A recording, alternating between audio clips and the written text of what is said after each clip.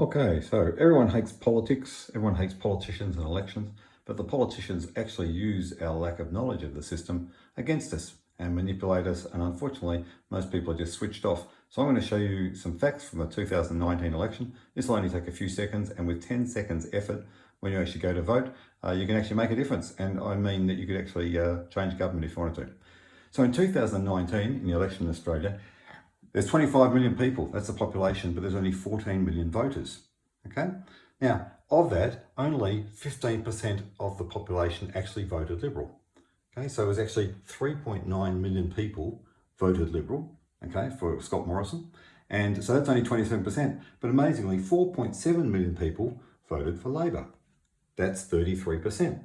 So how the heck did 27% of the vote get Scott Morrison and the Liberals elected? Well, it's called preferential voting. So what that means is, quick summary, how did Scomo win?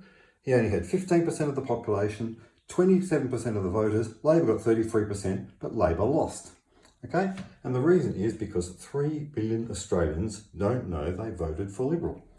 Scomo, under the preferential system.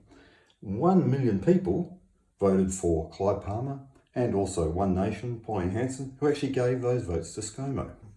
So what that means is, quite often under the preferential system, people just don't realise that they add up. So in actual fact, you've got Labor and the Greens, and Labor started off with 4.5 million of the vote. They lost.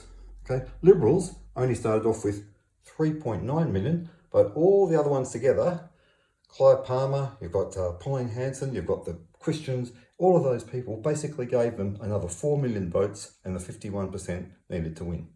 And you can actually change that. And I'm going to show you that in video 2.